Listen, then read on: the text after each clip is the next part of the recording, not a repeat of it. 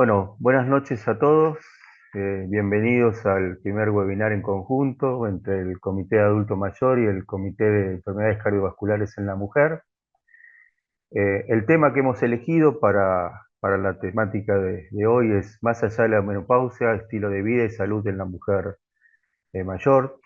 Sabemos que las mujeres cuando ingresan en el periodo, en la etapa de menopausia, incrementan su incidencia o prevalencia de enfermedades cardiovasculares y por lo tanto de eventos cardiovasculares mucho más que en la etapa de premenopausia. Así que este grupo de riesgo es muy importante, significativo y va en crecimiento. De ahí que el enfoque de la charla de hoy es qué podemos ofrecerle a este grupo de riesgo a partir de lo que es la primera etapa del tratamiento, que es el régimen higiénico dietético, y de ahí la actividad física y los cambios en el estilo de vida. Para, por supuesto, mejorar la salud en este género y en este grupo poblacional. Vamos a tener dos disertaciones, una centrada en la actividad física en la mujer mayor y la siguiente, los cambios en el estilo de vida y la salud integral. Posteriormente a eso, los panelistas van a dar su opinión, comentarios o preguntas. Si la gente que participa de la actividad y quiere a través del chat hacer algún comentario, dar su opinión o felicitarnos, queda abierto a ellos. Así que le voy a dar la palabra a la doctora Silvana Sandrigo. Silvana, para que haga la presentación de la actividad de hoy. A ver, ahí está. Hola, buenas noches. Un placer compartir con todos. Bueno, la primera disertación, que va a ser actividad física en la mujer adulta mayor, va a estar a cargo de la doctora Soledad Tejera. Ella es cardióloga, especialista en ecocardiografía y medicina del deporte. Es participante activa de la comisión directiva de enfermedades cardiovasculares en la mujer y es una mujer multitarea, trabajadora incansable, mamá de 3 niñas. La segunda disertación va a estar a cargo del doctor Fabián García. Él es médico clínico, especialista en medicina de estilo de vida y miembro certificado por el Colegio Internacional de Estilo de Vida, miembro de Sociedad Argentina de Cambios de Estilo de Vida, y nos va a hablar de salud integral y por supuesto de cambios de estilo de vida. Perdón por la repetición. Y los panelistas expertos van a ser la doctora Melissa Ribota, médica cardióloga, recientemente diplomada en enfermedades cardiovasculares en la mujer, y el doctor Carlos Secotaro, también médico cardiólogo de Mendoza y miembro del Comité del Adulto Mayor. Así que bueno, vamos a dar inicio, comenzando con Sole, que nos va a hablar de actividad física, contándonos de una manera integrada y con toda la evidencia disponible hasta el momento. Hola, buenas noches. Muchísimas gracias por la presentación, Silvana. Vamos a dar comienzo a la charla.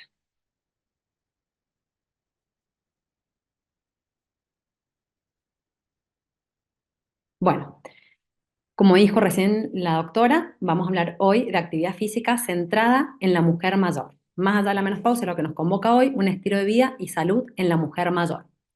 Para poder comenzar a hablar, tenemos que conocer como principio básico que el beneficio de la actividad física y el ejercicio para la salud, principalmente en la mujer, pero tanto para la mujer como para el hombre, ya a esta altura son irrefutables. Hay medidas preventivas, tanto primarias como secundarias, generadas por la actividad física y la práctica del ejercicio sobre más de 25 condiciones médicas crónicas. La evidencia que avala esto ya es exponencial y ha crecido considerablemente en el último tiempo. La prevención de, como les dije, de 25 condiciones médicas crónicas, incluida la enfermedad cardiovascular y la mortalidad prematura. Sobre esto habla la Organización Mundial de la Salud y determina que la inactividad o la actividad física insuficiente es el cuarto factor de riesgo para la mortalidad global, causando aproximadamente 3,2 millones de muertes al año. Y por supuesto que vamos a hacer comentario aparte de la mujer de forma reiterada en la charla, donde se describe que cerca del 40% de la población femenina, y es un dato alarmante, cumple con las recomendaciones mínimas de actividad física.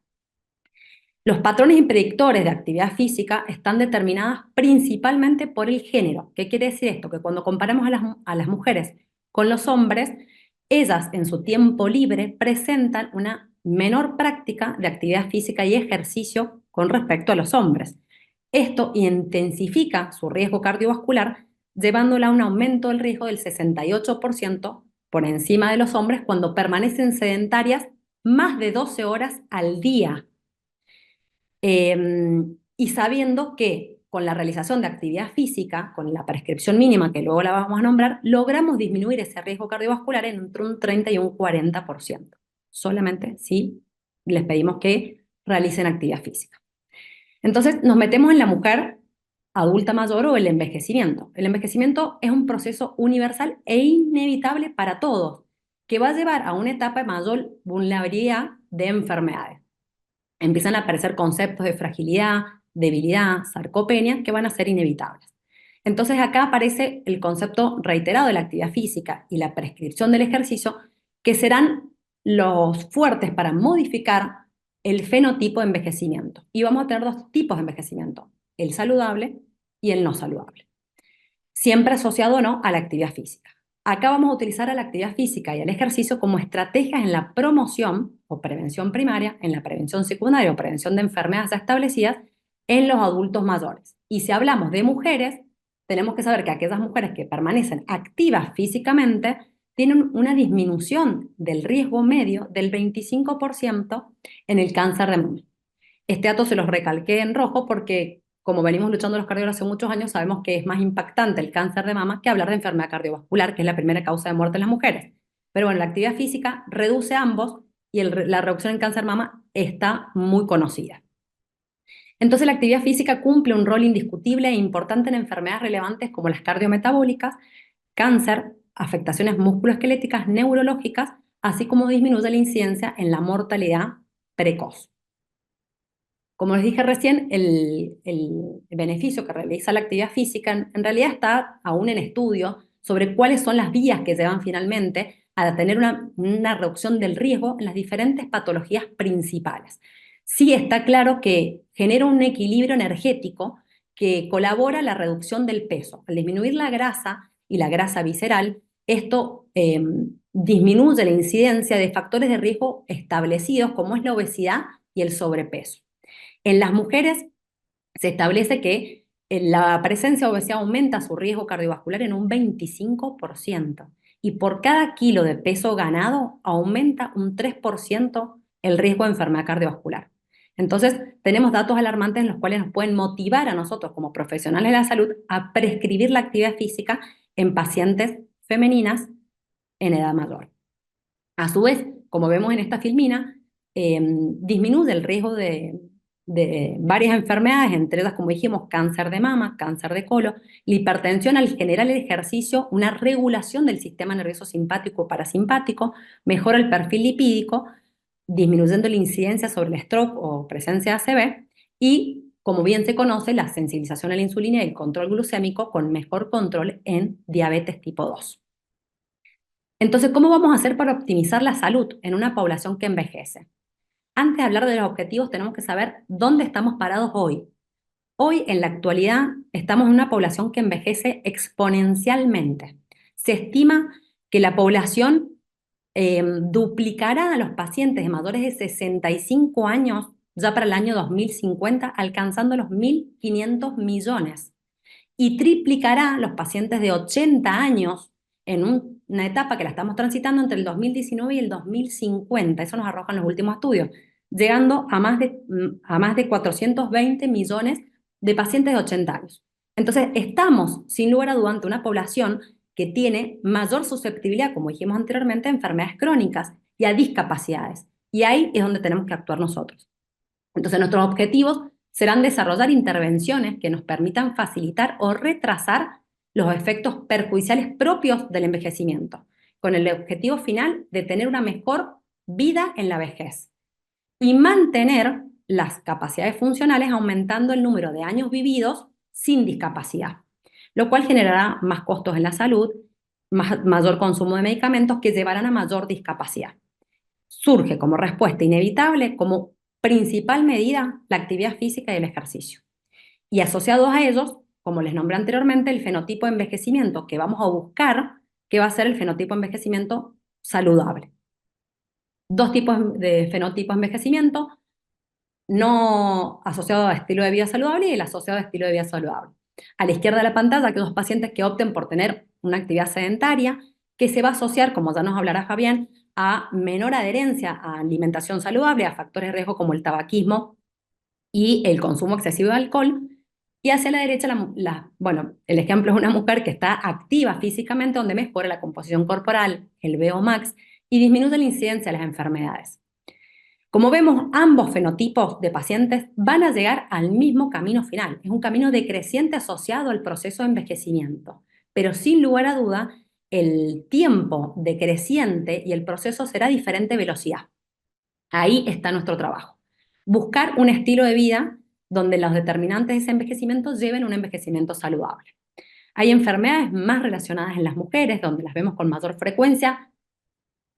Uno de los componentes es la genética y otro es el estilo de vida, donde dijimos que un mayor porcentaje de mujeres en su tiempo libre permanecen sedentarios, datos alarmantes, por lo cual aparecen conceptos muy relevantes como la fragilidad, la sarcopenia y la demencia, las cuales aparecen en esta última etapa del envejecimiento, dando mayor relación con la discapacidad, lo que implica mayores riesgos para la salud. Entonces, ¿a qué le llamamos envejecimiento saludable? ¿Qué es lo que buscamos tener presente nosotros como médicos?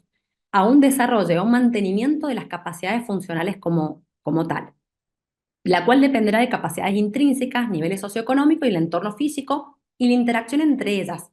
Esa capacidad intrínseca es la que vamos a tener que tratar de potenciar, que va a estar formado por diferentes dominios, que es la locomoción, la vitalidad, la fuerza, el equilibrio y el aspecto sensorial y emocional del adulto mayor. Sí hay que tener claro que hasta este momento no hay ningún medicamento prescripto farmacológico que evite o alivie la fragilidad, la sarcopenia y la demencia. Entonces, la única respuesta que tenemos a esto es la prescripción adecuada de la actividad física utilizada como una terapia eficaz. Cuando hablamos de prescribir actividad física, un desafío en el consultorio cardiológico, a un adulto mayor, a una paciente mujer adulta mayor, ya que ese enfoque, y se lo resalté en esta filmina, debe ser personalizado. Es un desafío inmenso y lo vamos a poder ir viendo a poco, ya que la actividad física será la piedra angular para ese paciente para evitar la aparición de fragilidad, sarcopenia y un gran número de comorbilidades, pero debe ser un ejercicio que empieza siendo único para luego hacerse multimodal o multicomponente, abarcando varios aspectos que empiezan a debilitarse con el envejecimiento. No nos debemos olvidar que la actividad de fuerza va a ser relevante en los pacientes junto con la actividad aeróbica, y si podemos sumar actividades de equilibrio que fomenten la autonomía funcional y mejoren la calidad de vida, estaríamos en el combo ideal. Si empezamos con pacientes sedentarios, será siempre de forma progresiva, con mínimos objetivos para luego aumentar en la exigencia. Hay que saber que las pacientes femeninas, hombres y mujeres, en el envejecimiento disminuyen su capacidad aeróbica y a su vez pierden el componente muscular, o sea, aparece el concepto de sarcopenia. Por lo que la fuerza muscular va a tomar relevancia, mientras que la indicación de la prescripción aeróbica será un poco menor. Acá en el gráfico vemos la relación que hay con respecto a la edad y la aparición de fragilidad, sarcopenia y comorbilidades, y vemos que inicialmente prescribimos actividad aeróbica como actividad inicial, pero luego intentaremos abarcar la actividad aeróbica y la actividad que se pone a aplicar en la vida diaria, lo cual ha demostrado mejor adherencia, para finalmente hacer hincapié sobre la actividad de fuerza. Recomendaciones globales que conocemos todos. La Organización Mundial de la Salud, cuando habla de pacientes mayores de 65, tanto hombres como mujeres, son 150 minutos de actividad aeróbica de intensidad moderada o 75 de actividad vigorosa. Para aquellos que no conocen lo que significa esto, moderada es pedirle a un paciente que salga a caminar o andar en bici o nadar y que pueda mantener una conversación fluida. No quiero entrar en frecuencias cardíacas, quizás se hace más engorroso, pero se puede charlar posteriormente. O 75 minutos de actividad vigorosa que le permita al paciente, que no le permita mantener una conversación fluida, y va a ser andar en bicicleta a altas velocidades, nadar rápidamente o hacer un trote. Sumado siempre a fortalecimiento muscular al menos 2 o más días de la semana. Luego tenemos otras opiniones, recomendaciones del Departamento de Salud y Servicios Humanos de Estados Unidos, donde habla de equilibrio, fortalecimiento de actividad aeróbica en pequeños sesiones de 30 a 45 minutos más días de la semana. Siempre pensando en prevenir la fragilidad en los pacientes mayores.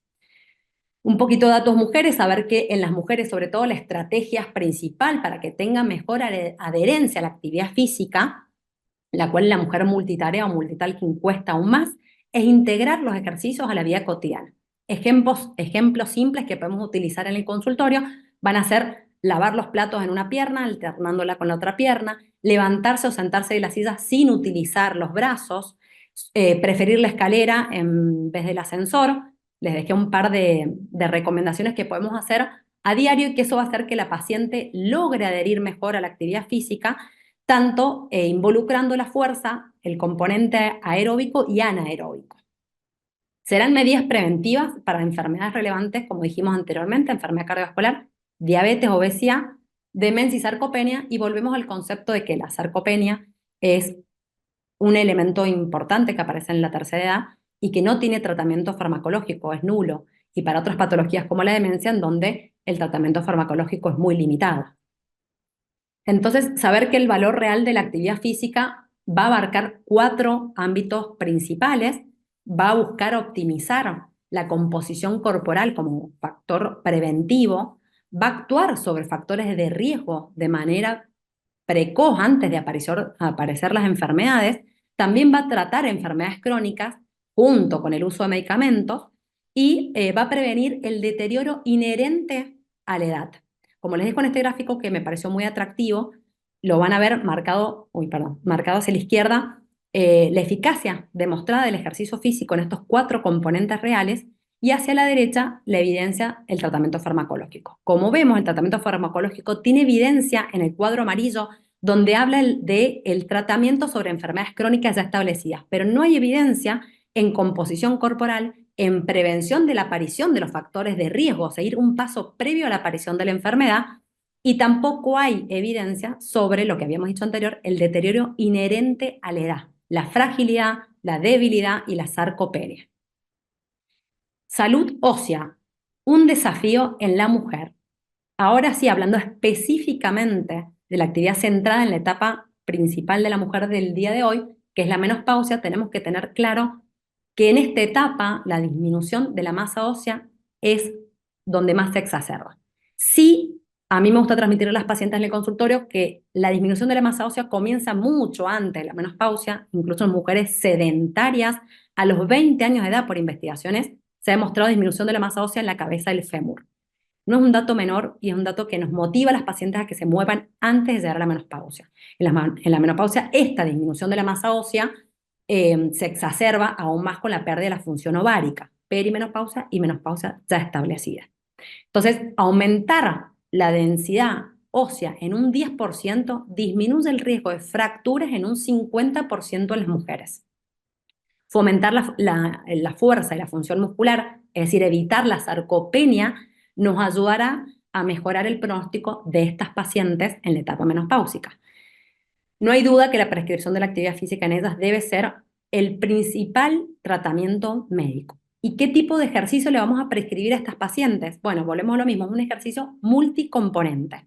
2 componentes principales: actividad aeróbica con alta reacción al suelo, dice la bibliografía. ¿Qué quiere decir esto? Y le vamos a pedir a las pacientes que salgan a caminar, o que si no eran sedentarias, que logren trotar, pero solo no. Esto la evidencia lo deja claro. Aquellos pacientes femeninos que hicieron solo corredores de fondo o velocistas disminuyeron la masa ósea incluso a niveles o más que aquellas pacientes sedentarias. Entonces, actividad aeróbica sola no, sumado a ejercicio de fuerza con alta reacción articular. Sí o sí, ejercicio de peso o remo, una u otra opción. Lograremos el éxito en el ejercicio multicomponente. El rol del ejercicio en la prevención primaria y secundaria, como se los nombré previamente, es indiscutible. Diabetes, cáncer, deterioro cognitivo, demencia, salud mental serán los prototipos ideales para prescribir actividad física. En esto podemos hablar muy extenso, pero como ven en el gráfico les puse las principales enfermedades que vemos en las mujeres, como son las artritis o enfermedades inflamatorias, cáncer, sobre todo cáncer de mama, diabetes tipo 2, enfermedad cardiovascular, donde vemos hacia la derecha del gráfico que no hay duda que el ejercicio siempre tiene que ser como dijimos recién, multicomponente, aeróbico y ejercicio de resistencia. En ambos vamos a mejorar la densidad mineral y vamos a mejorar el pronóstico de estas pacientes. Bueno, les puse enfermedad coronaria, soy cardióloga, no hay duda que es uno de mis principales temas, mejor del control de la presión arterial, disminuye el LDL, aumenta el HDL, mejora el componente inflamatorio. Y un tema relevante e importante para la mujer, la demencia, donde vemos que la actividad física aeróbica y ejercicio de fuerza mejoran el pronóstico, pero acá aparecen un par de ejercicios más que están en auge, que en las mujeres vamos a encontrar, que es el yoga, el tai chi y otras actividades que involucran más la actividad intelectual sobre la fuerza muscular. Un par de ejemplos, podemos ver la prescripción en cada una de estas enfermedades, donde el beneficio lo vamos a obtener siempre en la prescripción adecuada y personalizada. Sería muy difícil decirle a todas las pacientes la misma prescripción. Será evaluada según los factores de riesgo presentes en cada una de ellas. Entonces, nos preguntamos, ¿qué tipo de ejercicios tenemos ante estas pacientes, adultos y o pacientes? Ya que para ambos sexos podemos prescribir los 4 modalidades de ejercicio, veremos luego cuál insistimos más que se prescriba o no en el adulto mayor. Las recomendaciones actuales para la actividad física en adultos mayores abogan este régimen multifacético. Y lo que se ha visto con mayor éxito en estos pacientes es integrar la actividad física al estilo de vida. Como dijimos previamente, actividades de la vida cotidiana donde se les va a fomentar el paciente sedentario que comiencen de menos a más haciendo las actividades de la vida cotidiana que sean actividad física.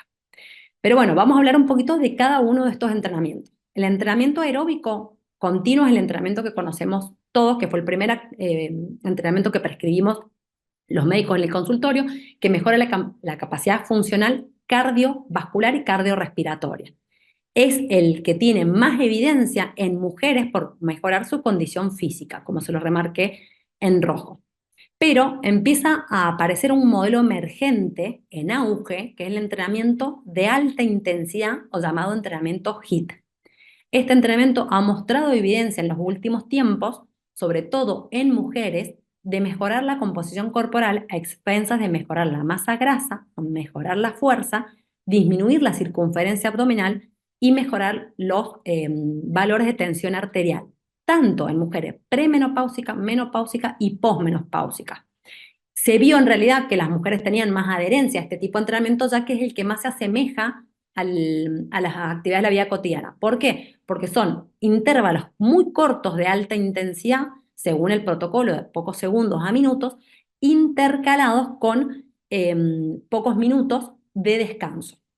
También va a ser progresivo y se utilizarán un grupo muscular inicial para luego hacer el uso de varios grupos musculares en forma simultánea. Y aparecen 2 conceptos más nuevos, que es el entrenamiento de resistencia progresivo, asociado al peso corporal, al uso de peso exterior, y el entrenamiento de potencia, que es uno de los más interesantes en realidad porque uno lo subestima, pero la potencia está asociada a todas las actividades que hacemos, y el ejemplo que por lo menos yo uso más en los adultos mayores es el pararse rápidamente de una silla sin utilizar los brazos.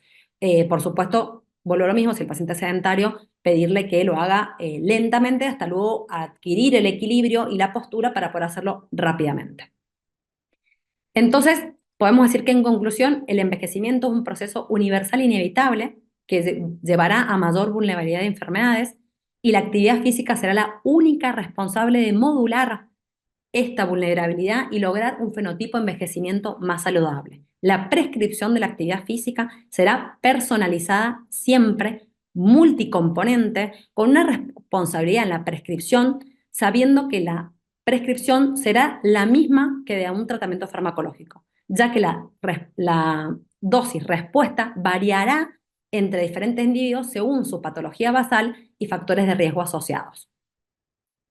Para finalizar, quería dejarles una pequeña frase. Un médico, el profesor Walter Borg, geriatra, que en el año 94 escribió que la misión de la medicina es la afirmación y la garantía del potencial humano.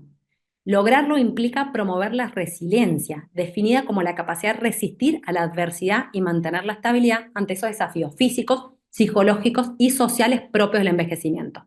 Por lo tanto, nuestro rol médico profesional será fomentar esa resiliencia, es decir, resistir a la adversidad que nos toca trabajar en esta última etapa de la vida.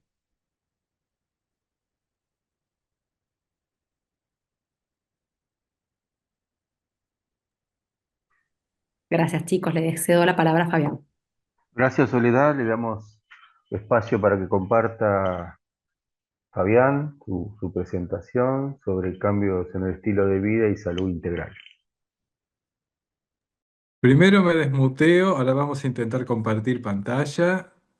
A ver, transmisión de pantalla.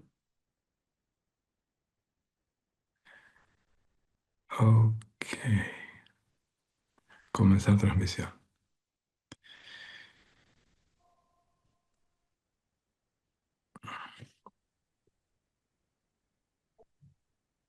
Bueno, ¿se ve ahí la presentación? Sí, Fabián, Bueno, ponelo en presentación. perfecto. Ahí estamos. Ok, Bueno, perfecto. perfecto. Bueno, bueno, buenas noches a todos. Muchísimas gracias Luis, Silvana, por invitarme a esta charla y a participar con ustedes, con FAC. Y yo vengo de la medicina del estilo de vida, que ahora les voy a contar un poquito qué es eso, muy brevemente. Y después vamos a abordar desde este punto de vista toda esta transición que es la menopausia y reflexionar juntos algunos temas que por ahí no sé si están demasiado claros y que sospecho que nuestra formación como médicos ha dejado algunos bachecitos que es interesante recuperar. La medicina de estilo de vida es una especialidad médica nueva que nació allá por los 2000, atento a la epidemia de enfermedades crónicas que está devastando a muchos sistemas de salud, ¿no? Y se basa un poco como decía recién Soledad Tejera, también, ¿no? Tan solidaria con lo que vamos a decir, se basa en trabajar sobre los hábitos de vida para prevenir y tratar enfermedades. Y tiene 6 pilares clásicos, aunque nosotros por ahí incorporamos alguna otra cosita, que pasan por la alimentación, esencialmente por la actividad física, como decía Soledad, por el control del estrés, por evitar el abuso de sustancias tóxicas, por la calidad de sueño y por la calidad de las relaciones personales. Enfatizo que nosotros creemos que todos estos pilares son importantes, tanto en la calidad de vida como en la calidad del envejecimiento.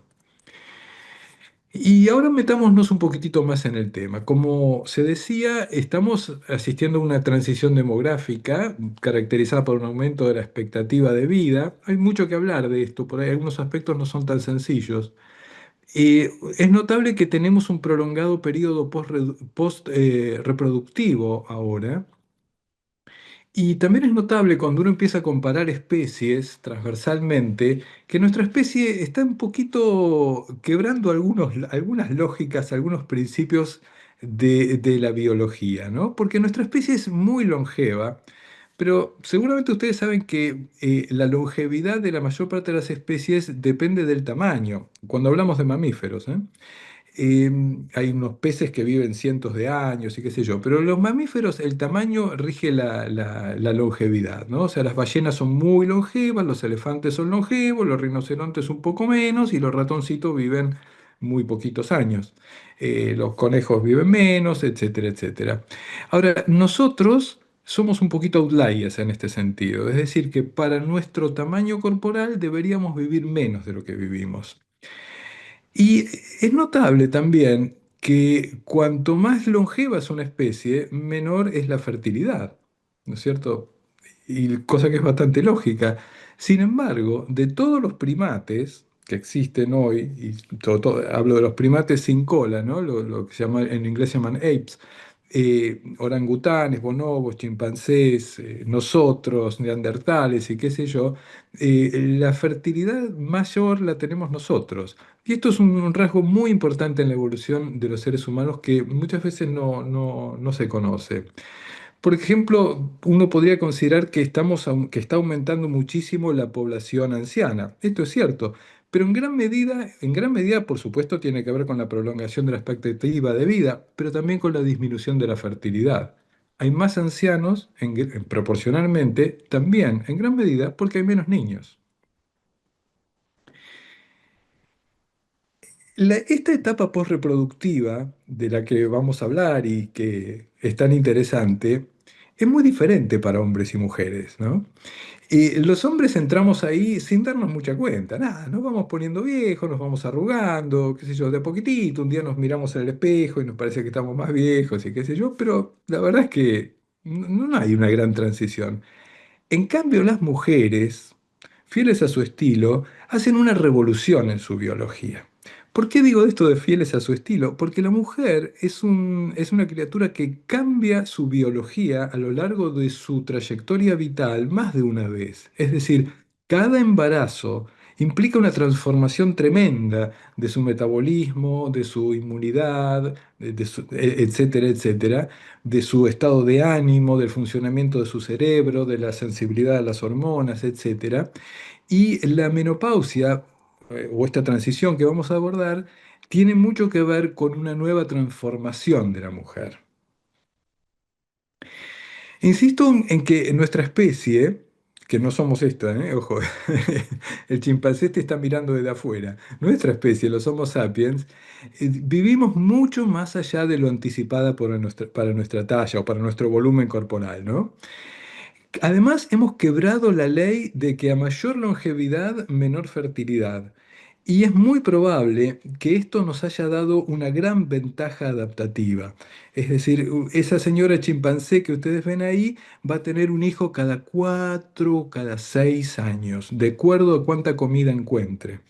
En cambio, los seres humanos, posiblemente gracias a que empezamos a utilizar herramientas líticas 3 millones de años atrás, o en que empezamos a dominar el fuego 1,5 millones de años atrás, empezamos a obtener mucho más alimento y es muy probable que una de nuestras adaptaciones responsable de nuestro éxito como especie, y acaso también de nuestros problemas, es que hayamos aumentado la fertilidad. Ningún primate de nuestro tamaño puede tener un hijo cada año o cada 2 años como puede tener una mujer, o el 95% de las mujeres humanas. El 5% de las mujeres no va a tener hijos.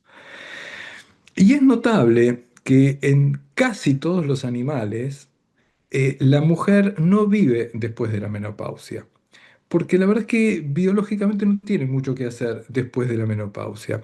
Hay una excepción, por supuesto, nosotros, los seres humanos, y hay otra más, que son las ballenas, y en realidad una especie de ballena que es la ballena asesina. No hagan asociaciones con esto, por favor.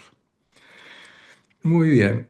¿Cómo se explica esto? ¿Por qué los seres humanos tenemos este periodo postreproductivo tan prolongado? Y particularmente, ¿por qué las mujeres? Ustedes saben que las mujeres viven más que los hombres. ¿Por qué las mujeres tienen un periodo postreproductivo tan prolongado?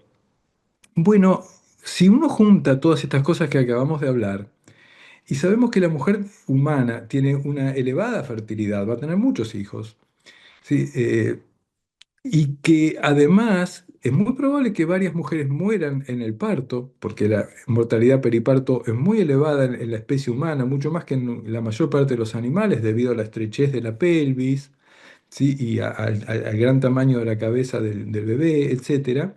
Y además está el hecho de que nuestros offspring, nuestros niños, necesitan un periodo de crianza muy prolongado. De tal manera que ofrece una ventaja evolutiva muy importante que las mujeres, fundamentalmente ellas, sigan viviendo más allá de haber tenido sus hijos, para reemplazar a aquellas madres que mueren en el parto, para ayudar a criar esos niños que requieren mucho tiempo de crianza. Y los estudios respecto del balance calórico de una tribu muestran que las mujeres en edad fértil en la tribu tienen un balance calórico negativo, es decir, no llegan a juntar la comida que necesitan. Y es necesario que los hombres y los hombres grandes y las mujeres grandes post-reproductivas sigan recolectando para balancear el balance negativo, esto en términos energéticos, que producen las mujeres fértiles. Entonces, este arreglo parece tener mucho que ver con la importancia de la mujer en el periodo post-fértil. Nosotros sabemos, se ha dicho muchísimo, y esto es Vox Populi, todo el mundo sabe todas estas cosas, todo el mundo sabe que cuando después de la premenopausia o perimenopausia llegamos finalmente a la menopausia, que es un diagnóstico muy, muy crudo de un año sin menstruación, la mujer va a sufrir una serie de trastornos, algunas más, otras menos, pero que son muy notables, que hoy por hoy están ganando mucha prensa y que sin embargo son un poquito equívocos. Fíjense, por cierto que va a haber sofocos, va a haber sudores nocturnos, van a sentir más fatiga, no voy a insistir con todo esto, ¿no? Pero cabello más fino, pérdida de elasticidad, cambio de humor, irritabilidad, disminución de la libido, sequedad vaginal, etcétera, etcétera, incontinencia urinaria, etcétera, etcétera, etcétera. Todos conocemos un poco todo esto. Sin embargo, hay algunos aspectos notables. Uno de ellos que les pido por favor que lo retengan en mente para que después lo podamos utilizar todos juntos, es que algunos de estos cambios después cesan. Por ejemplo, las tuforadas, los calores, van a durar en promedio 5 años y después cesan. Quiere decir que no son parte intrínsecas del declinar de la mujer, son un periodo. ¿Qué está pasando ahí? Y hay otro cambio que poca gente sabe que es limitado en el tiempo, que es un cierto cambio cognitivo. Es decir, la mujer en los primeros años de la menopausia va a tener más dificultad para encontrar palabras, va a tener no voy a usar la palabra afasia porque suena muy fuerte, pero es muy común que la mujer de 54 y demás le cueste encontrar las palabras y si sienta, che, me agarró el Alzheimer y demás, y poquitos años más tarde esto se le pasa. Quiere decir que la menopausia ya tenemos que empezar a pensar que en realidad es un proceso, es una transición y no es un declinar. Pero démonos más un tiempo. Entonces emergen varias visiones de la menopausia. Estas son frases que se me ocurrieron pensando, un poco hablando con la gente y demás, de qué conciben. Y algunas personas, sí, muy crudamente, te dicen, la menopausia es lo que pasa después de un año sin menstruar. Bueno, esto es muy crudo y está muy lejos de abarcar todo el fenómeno de la menopausia. Existe una visión muy nuestra, muy médica, muy tradicional, de que la menopausia es como una enfermedad y hay que tratarla con fármacos, básicamente con estrógenos, progesterona y que el estudio de las mujeres, etcétera, etcétera, etcétera, o tratar las consecuencias de ella. Bueno, me parece que esto es una gran medicalización de algo que en realidad estamos viviendo mal. Existe otra visión que está muy instalada en la gente, que es que la menopausia es parte del envejecer. Es decir, es como que se abre la puerta al envejecer, como que la mujer envejece de golpe, declina de golpe, y ya no es fértil, tiene más arrugas, tiene todos estos problemas, y de ahí en adelante va a seguir empeorando. Esto no es cierto, esto es un error. Y la etapa con la que más uno se solidariza y con la que más uno resuena es que la menopausia es una transición a una etapa diferente del ciclo vital. A mí me gusta acá pensar, y disculpen si adelanto algo que voy a decir más adelante, en, en cuando, me acuerdo cuando volaban los cohetes a la luna, que iban dejando una parte del cohete para poder seguir avanzando. Y en alguna medida la menopausia es un poco dejar parte del equipamiento, el equipamiento reproductivo, a través de un proceso que no es sencillo, por cierto, pero que es un proceso que permite seguir volando hacia adelante.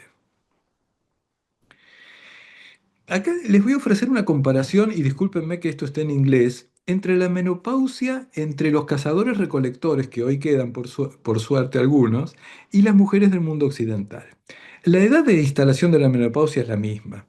En cambio, el nivel de actividad física, como seguramente Soledad Tejera va a admitir, es muy diferente. Las mujeres cazadoras recolectores van a caminar en promedio entre 6 y 10 kilómetros por día, recolectando, transportando objetos, cavando y manteniendo esta actividad hasta una edad muy avanzada.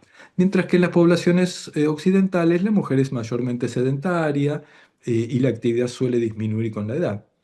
La composición corporal entre cazadores-recolectores, más adelante van a ver una foto, tiene un escaso porcentaje de grasa, 18-25%, aunque para los que les interesen estos temas antropológicos, sepan que somos el primate con más porcentaje de grasa, ¿eh?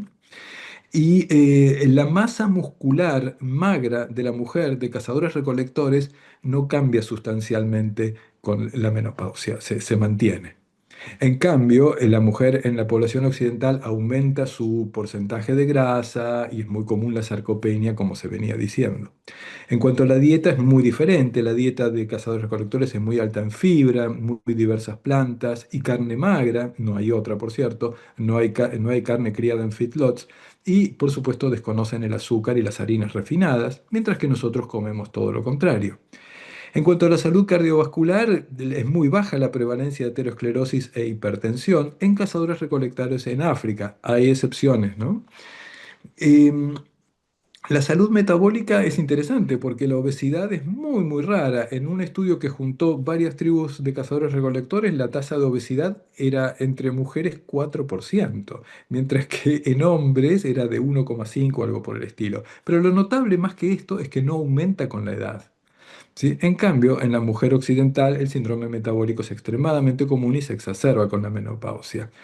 Ni que decir de la salud ósea, las fracturas ocurren en la edad avanzada en cazadores-recolectores, pero es muy poco frecuente y estas mujeres pasan toda la vida transportando objetos de mediano peso, ¿eh?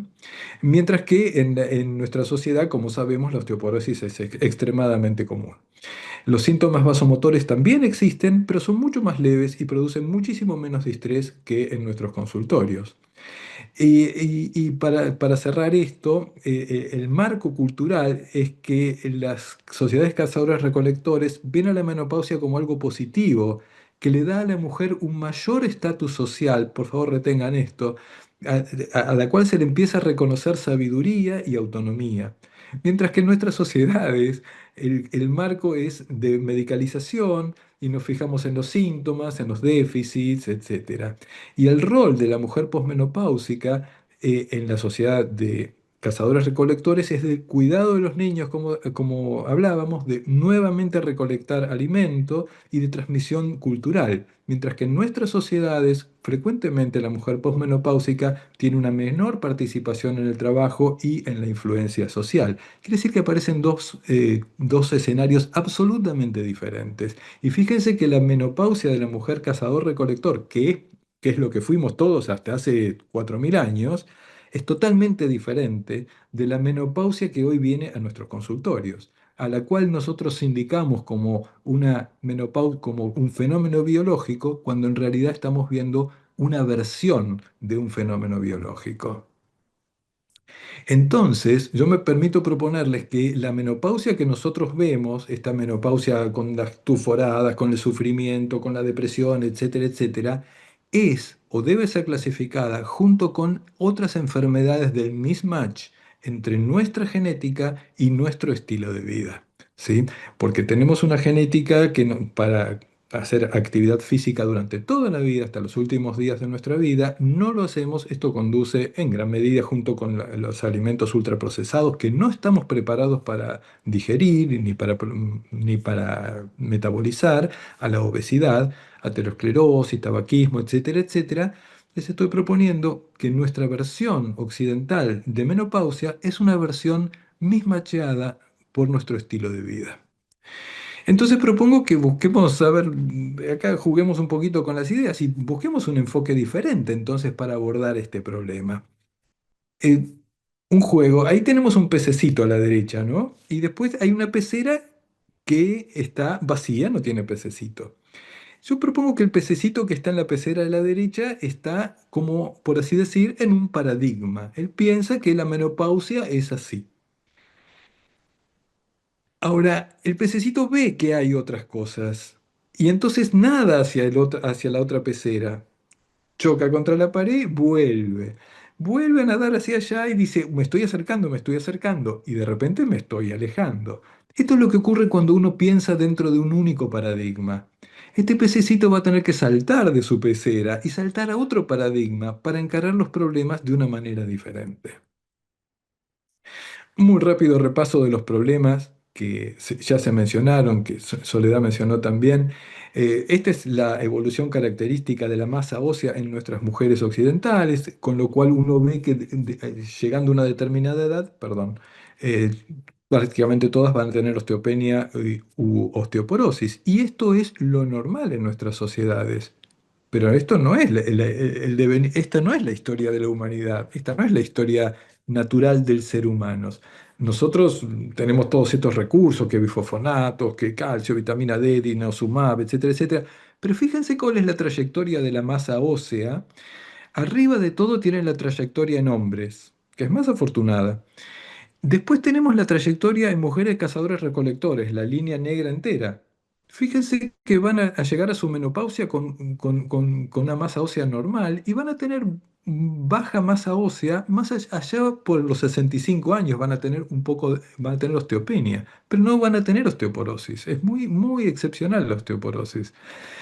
En cambio, aquellas mujeres que van a tener factores de estilo de vida subóptimos, van a llegar a osteoporosis muy rápidamente, pero fíjense un detalle muy importante.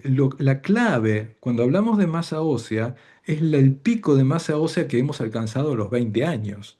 ¿Y esto qué quiere decir? Que los chicos tienen que salir a jugar y cargar pesos y reforzar su masa ósea para llegar con un pico de masa ósea elevado y después cuidarlo con ejercicio físico, y entonces la osteopenia y osteoporosis va a pasar a ser una enfermedad mucho menos frecuente. Lo que quiero enfatizar es que no es natural cosas que nosotros hemos naturalizado. Como se decía, la salud cardiovascular es el principal problema, y todas las mujeres están preocupadas por el cáncer de mama y sin embargo la mayor parte va a morir de un infarto de miocardio o algo por el estilo. Sí, y sabemos que una menopausia precoz es un factor de riesgo adicional a sumar a toda la lista que ustedes los cardiólogos manejan tan bien. Pero cuando abordamos el tema de la dieta, vemos que una dieta mediterránea, y cuando se la correlaciona con la salud en la menopausia, vemos que una dieta mediterránea sostenida en el largo tiempo reduce el riesgo cardiovascular, la incidencia de enfermedad cardiovascular y eventos, mantiene la densidad mineral ósea, mejora la composición corporal, mejora la densidad mineral nuevamente, ayuda a prevenir la declinación cognitiva. Hace poquito decía Soledad que no hay remedios para la declinación cognitiva, que estaba el ejercicio, etcétera. Sabemos también que la dieta mediterránea ha demostrado en estudios randomizados disminuir el riesgo de demencia, y el famoso estudio MIND disminuye la progresión del deterioro cognitivo. ¿Sí? La dieta mediterránea reduce el riesgo de cáncer de mama y reduce la mortalidad por todas las causas, cosa que es muy difícil de lograr farmacológicamente. ¿Qué pasa con la cognición? Acá retomemos un poquito aquella idea que habíamos hablado. Estos son estudios de la famosa Lisa Mosconi, una italiana que trabaja en Estados Unidos y que ha trabajado, viene del mundo del estudio del Alzheimer y después se dedicó específicamente a cerebro en menopausia. Y ahí tenemos un PET de una mujer premenopáusica estándar y una mujer posmenopáusica estándar, y se ve cómo realmente en el periodo inmediato a la menopausia hay muchísima menos actividad cerebral. Pero esto no quiere decir que vaya a quedar así. La mujer posmenopáusica va a atravesar un periodo de 5 o 7 años y después va a recuperar parte de su actividad.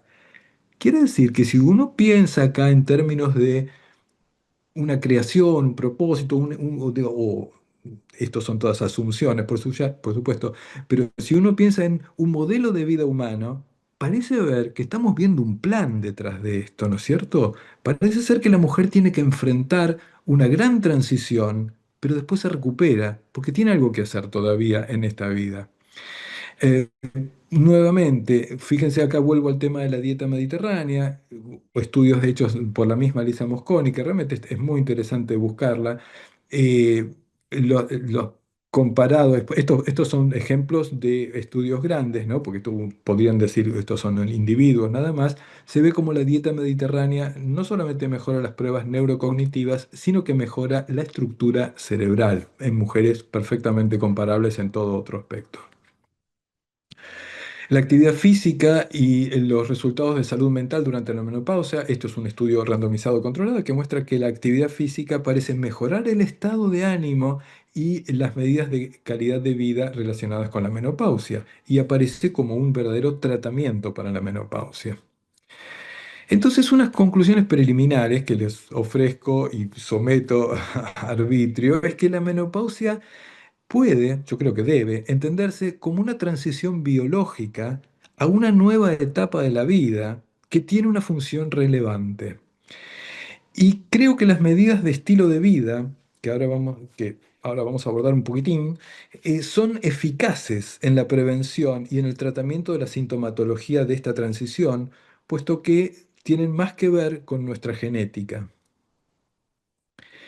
Entonces, estamos hablando de que uno podría utilizar un enfoque diferente, un enfoque basado en los hábitos, en tratar de inducir a nuestros pacientes a una alimentación saludable, en hacerlos hacer ejercicio, como se dijo ampliamente, en preocuparnos de que duerman bien, de que duerman sus 7 horas, en buscar estrategias para disminuir el estrés, la ansiedad, etcétera, etcétera en estos que llamamos los pilares del estilo de vida. Ustedes saben como cardiólogos que la soledad, por ejemplo, es un factor de riesgo prácticamente equivalente al hábito de fumar.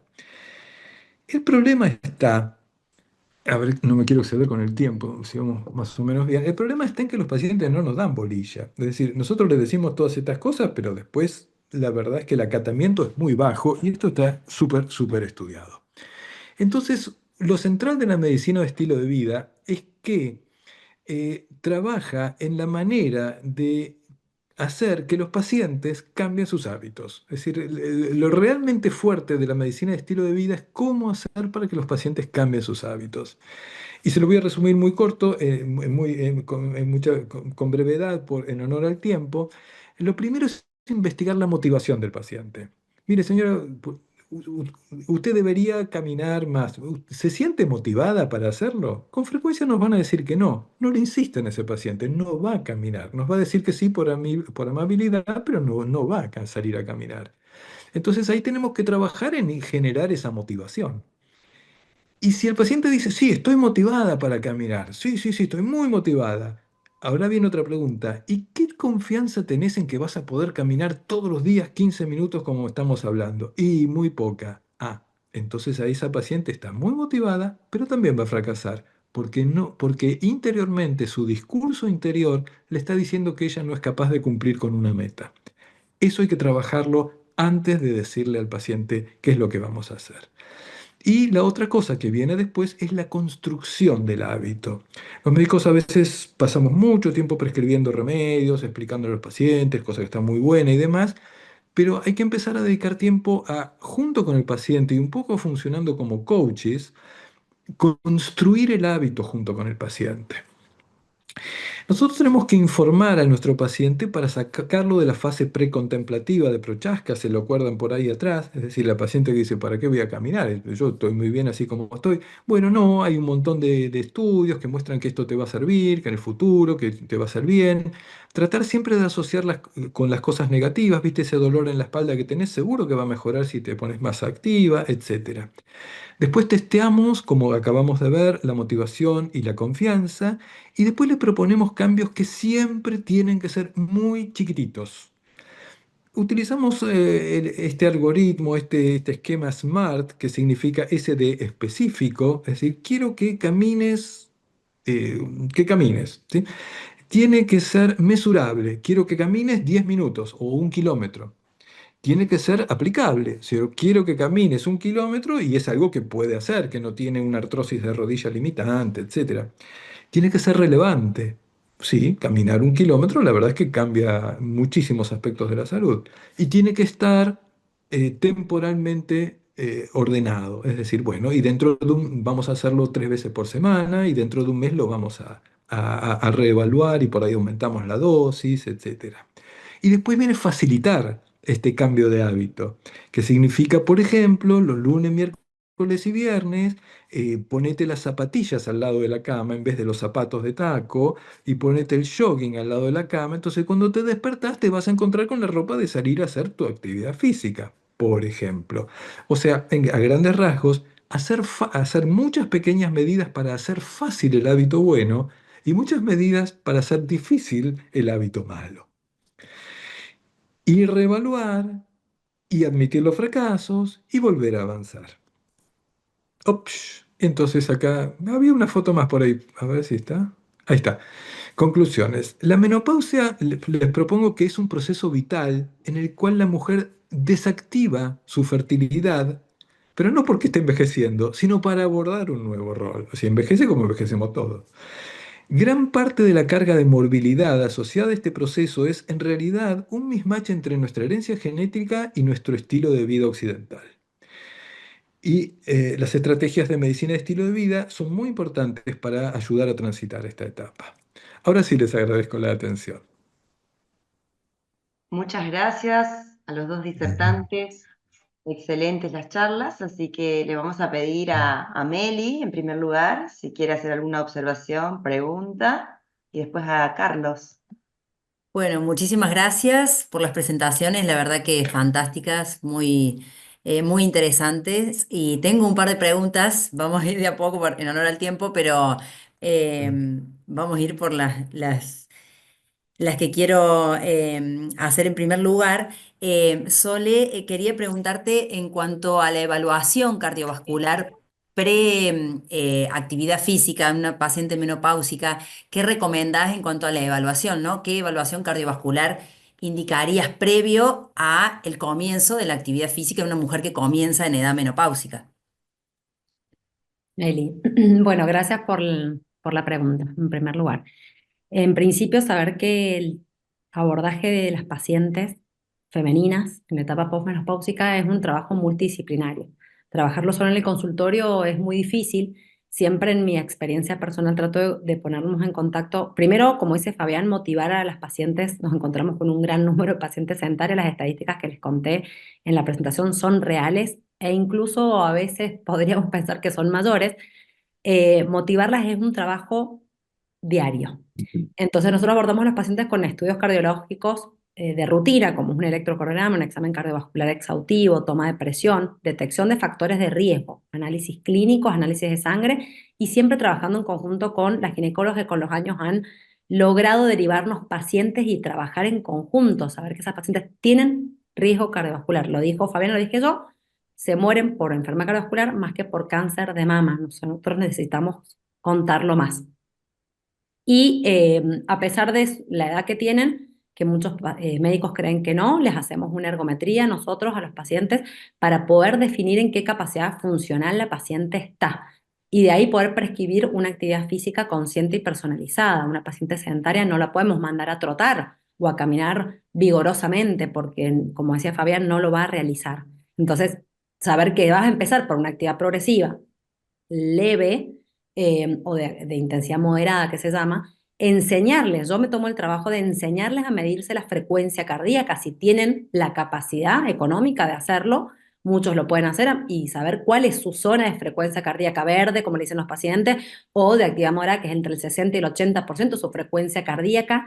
Tienen la capacidad intelectual de entenderlo, les gusta, es un desafío, lo practican, me hacen la devolución posterior, para mí es un gran desafío, y los vuelvo a subir a la bicicleta y a hacerles una nueva ergometría al año siguiente, siempre con la motivación de decirles, tenemos hoy esta ergometría, a veces nos encontramos con METs muy bajos para los cardiólogos, que lo utilizamos mucho como valor de referencia, no medimos VO max, que es el consumo máximo de oxígeno, pero lo utilizamos, pacientes que tienen menos de 5 MET, es una ergometría insuficiente. Bueno, me encontré con una paciente sedentaria y decirle, bueno, ahora estamos en esta situación, el año que viene tenemos que salir de este número, que lo redondeamos acá, no lo vamos a tener más juntas. Bueno, y de ahí, si puedo hacer actividad física con una persona capacitada, que sea un profesor de educación física, siempre lo trabajo en un ida y vuelta. Me comunico personalmente, vía telefónica, por WhatsApp, espero una devolución. Ellos tienen que saber prescribir actividad física, tienen que saber. Todavía es un desafío encontrar profesores de educación física que sepan prescribir actividad física a una mujer mayor, porque lo fácil es prescribir a los chicos que les guste el gimnasio. Entonces, es un trabajo en equipo que lleva un poquito más de tiempo que el deportista sano. Perfecto, No sé si gracias. respondió Meli, pero Sí, sí, les sí, sí, subimos a la perfecto. bicicleta, las hacemos pedalear, Sí. evaluamos después las limitaciones, por supuesto, de cada paciente, pero lo intentamos y sirve de partida para poder buscar objetivos progresivamente mayores. Perfecto. ¿Y tenés alguna experiencia con respecto a la terapia hormonal? Si tiene alguna implicancia en el ejercicio físico en pacientes que estén con terapia de reemplazo hormonal en cuanto al rendimiento o a la actividad. No tengo pacientes con terapia hormonal de la tercera edad, no las tengo realmente documentadas. Tengo pacientes, sí, bueno, hago consultorio de mujer y hago el consultorio de cardiología del deporte, así que las tengo y son pacientes sin terapia hormonal. No sé si alguno de los cardiólogos que nos acompaña, está Carlos Secotaro que trabaja conmigo, si tienen experiencia sobre eso, pero no tengo personalmente experiencia. Bien. Fabián, y yo quería consultarle acerca de qué estrategias no farmacológicas podemos utilizar o recomendar para el tratamiento de los sofocos, que por ahí es el síntoma que las pacientes refieren, ¿no? Más a menudo. Ujú. ¿Qué cuestiones no farmacológicas o cambios en el estilo de vida recomendaría? Mira, primero aclarar que de ninguna manera nos oponemos al tratamiento farmacológico. Yo mismo prescribo terapia hormonal de reemplazo a muchísimas mujeres y la verdad es que les va bien cuando tienen muchos sofocos y después de toda la revolución, no sé si están al tanto del famoso estudio de la mujer que se presentó en el año 2002, etcétera, etcétera, la cosa ha cambiado dramáticamente, ha cambiado las prescripciones y es muy importante frente a un problema tan grande que todos los médicos que atendemos pacientes en general, podamos ayudarlas con reemplazo hormonal, ¿no? Porque no siempre se va a dar la situación ideal de una mujer que viene haciendo actividad física toda la vida, se cuida con la dieta y demás. Eh, no obstante lo cual, con medidas no farmacológicas, el ejercicio es efectivo en estudios controlados para la disminución de los sofocos. La terapia cognitiva ayuda, obviamente no va a hacer que la temperatura te cambie, pero sí la interpretación que la persona, que el paciente hace de la gravedad del sofoco es muy diferente, ¿sí? Es decir, para muchas mujeres el sofoco significa una especie de catástrofe, una especie de evidencia de que está envejeciendo, de que está perdiendo una parte de su vida. Y en cambio, si uno puede reestructurar esa cognición y transformarla en estoy transitando una etapa, el sofoco deja de ser algo tan tremendo. Sí, o sea, el valor cultural de este síntoma es muy, muy, muy importante. Es una práctica que incorporamos muchísimo, ¿no? Y la dieta mediterránea también es eficaz para disminuir la cantidad de sofocos. De sofocos. Y con respecto. Después está toda la cuestión de la soja y del tofu y de los fitoestrógenos y demás, que bueno, los estudios no son tan concluyentes, pero son súper, súper recomendables y por cierto no aumentan el riesgo de cáncer de mama ni nada por el estilo. Bien. Y otra duda esto, porque lo vemos mucho en el consultorio, em, que a partir, yo creo que post pandemia empezamos a dosar en mayor proporción la vitamina D y que la encontramos baja en muchísimas pacientes, hombres y mujeres, pero en muchas mujeres. Con respecto a eso, ¿recomienda los suplementos o basarnos en la dieta y mejorar la alimentación para eso? Mira, la verdad es que los seres humanos venimos del África y venimos del África, de las sabanas africanas. Ahora hay nueva evidencia de que también venimos del oeste de África y demás, pero la verdad es que venimos de la zona ecuatorial y que andábamos desnudos. Si vivimos a la altura de Londres o de Buenos Aires Sí. y andamos vestidos, no hay chance de que tengamos elevada vitamina D. A mí me sorprendió porque yo, digamos, un poco siguiendo la moda, durante muchos años le pedí a todo el mundo una vitamina D y mi sorpresa era cuando alguien la tenía normal, pues todos la tienen baja. Exacto. Y un buen día me aparece un pibe con una vitamina D de, no sé, 45 y me pongo a charlar con él y me cuenta que el pibe es fotógrafo y que está trabajando en República Dominicana, donde anda en Bermudas todo el día y demás. O sea, para todo fin práctico, uno puede asumir que la vitamina D va a ir disminuyendo, porque si a esto le sumamos algunos problemas de absorción y qué sé yo, va a ir disminuyendo y qué más si trabajas de indoors y todo esto, ¿no? La recomendación hoy por hoy de dosar vitamina D ha caído en desgracia para lamento de mucha industria farmacéutica, salvo en personas seleccionadas, personas que hayan tenido cirugía gástrica o que tengan muy poca exposición solar, etcétera, etcétera. Y a su vez los trials que intentaron demostrar beneficio de la vitamina D, la verdad es que no han demostrado nada muy sustancial. Así que yo lo sigo midiendo, les doy vitamina D un poco porque está instalado, pero creo que tenemos que tratar de bajarnos un poco de la moda de la vitamina D, ¿no? Bien, gracias, doctora, gracias. Ah, por lo demás, si querés cubrirla con alimentación es muy difícil. Un truquito, si querés sorprender a alguien, la única manera de incorporar mucha vitamina D nutricional es comiendo hongos que a su vez hayan sido expuestos al sol. Porque los Ah, hongos, cuando los expones a la luz solar, sintetizan vitamina D. mira, dificilísimo. Y es un poco complicado, ¿no? Gracias, muchas gracias. Al contrario. Bueno, eh, creo que por razones de tiempo, voy a tratar de hacer un resumen. Fundamentalmente, eh, destacar la excelencia de las dos presentaciones, ¿no? Muchas gracias. Muchas gracias, he aprendido mucho. El enfoque antropológico tuyo ha sido fantástico. No es una cosa que se comparta en estos ámbitos. Y la otra cosa que dijo Rosa al principio, es excelente que hayamos podido combinar los dos comités en una actividad. ¿M? Cada vez es más complejo estar al día en tu propio ámbito y creo que esto lo tenemos que multiplicar y no solamente acá. Eh, Al principio Luis decía que podíamos hacer opiniones y aportes y creo que no tengo mucho para decir al respecto, la opinión la acabo de dar. Y Soledad habló mucho de desafíos y creo que esto es un punto de partida para varios desafíos. Uno parándose como, este, como médico, como cardiólogo, este es el primer desafío, la formación, ¿no? Poner en vidriera todas estas cosas. Hasta hace muy poco tiempo nosotros mandábamos a los pacientes a caminar y con eso estábamos contentos. Y que esto no es Bien, así. Y la otra cosa que tenemos que empezar a poner en vidriera es medir. ¿M? La fragilidad es una cosa objetiva que se puede prevenir y tratar. Pero, por ejemplo, a nadie se le ocurriría tratar la hipertensión sin medirla. Y la fragilidad se mide y se ven después los resultados de las intervenciones.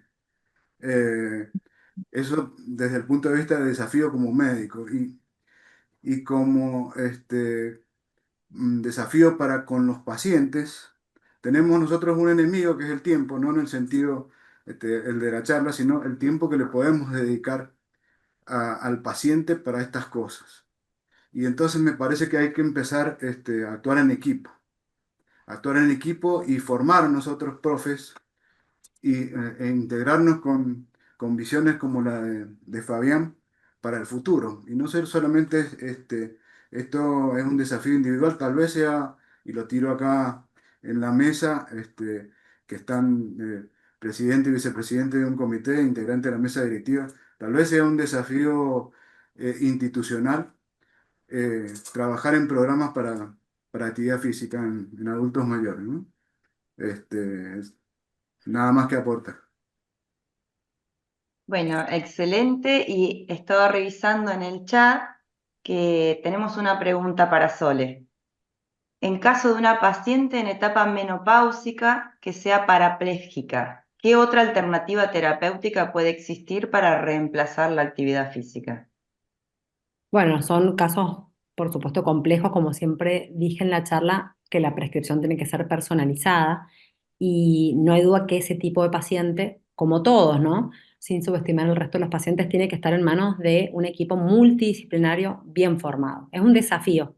Sí hay actividad de rehabilitación bien prescripta, donde se trabaje grupos musculares eh, que se puedan estar a su alcance.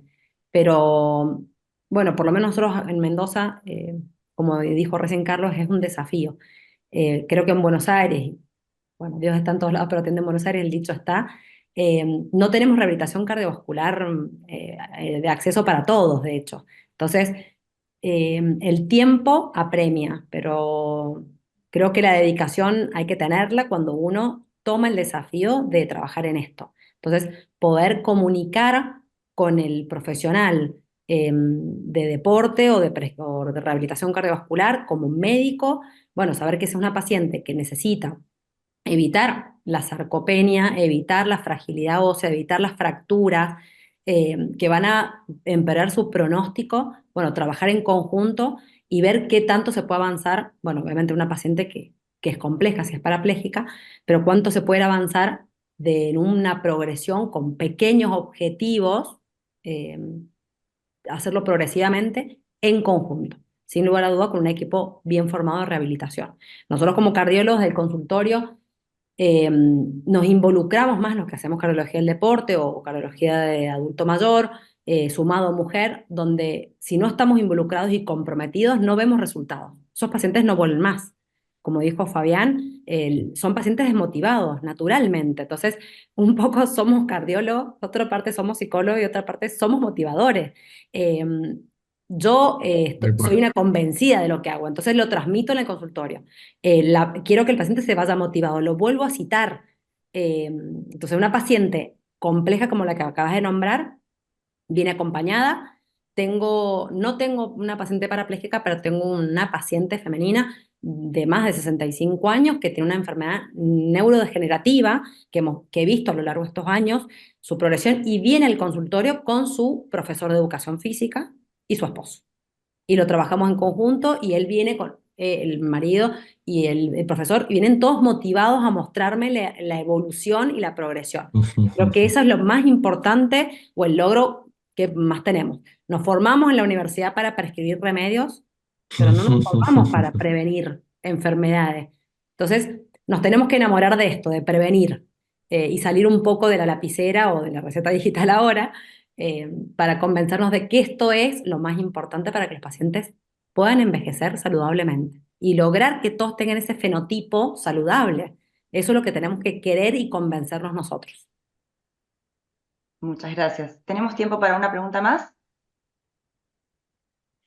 ¿Qué opinión tienen sobre los efectos cardiovasculares de la terapia con pellets de testosterona en la menopausia? Ok, no sé si vos querés contar algo. No, Y la Fabián, verdad sí, es habla que, tranquilo. la verdad es que la terapia de reemplazo hormonal obviamente no incluye testosterona, pero algunas mujeres van a pedir el famoso pellet o van a pedir suplementos de dihidroepiandrosterona. Y no es precisamente el campo de la medicina de estilo de vida, pero en general esto ocurre cuando hay cuando la mujer se siente bien pero no tiene deseo sexual. Y ahí es donde empieza a tallar una baja dosis de testosterona. No tengo información respecto del impacto cardiovascular específico en la mujer, pero hace muy poquito salió un review muy interesante de testosterona, de un tema muy controvertido, que es la testosterona en el hipogonadismo hipogonadotrófico en el hombre, que la verdad es que la exonera bastante, ¿no? Incluso en pacientes con hipertrofia prostática y demás, da bastante permiso para usar la testosterona, mucho más de lo que muchos creen, pero también es muy modesto el beneficio que tiene. Así es que, en el hombre estoy hablando, ¿no? Uno imagina que ese hombre que viene con una LH baja y una testosterona muy baja y se siente cansado todo el día y demás, uno piensa que le va a dar la testosterona y el hombre va a salir bailando del consultorio. No ocurre esto. Mejoran un poquitito y no mucho más. Les hace mucho mejor ir a hacer ejercicio y bajar de peso, cosa que hoy por suerte es mucho más factible, ¿no? Desde que ha cambiado nuestra concepción de obesidad y tenemos los nuevos fármacos y demás. Y así es que, ya te digo, la testosterona es como que se le achicó, se le subió el piso y se le bajó el techo. Sí, es menos peligrosa y es menos beneficiosa de lo que pensábamos. Bárbaro. Bueno, no sé si hay alguna otra pregunta o vamos cerrando. muchas gracias a todos. Muchas Nos queda gracias. claro del alto impacto del cambio de estilo de vida, de la actividad física, de su bajo costo, pero también de su baja adherencia, así que a trabajar en ello. Ciertamente. Gracias, Silvana. Muchas gracias. Muchas Gracias a todos. Un Gracias. placer. Buenas noches. Muchas Buenas gracias. noches. Adiós.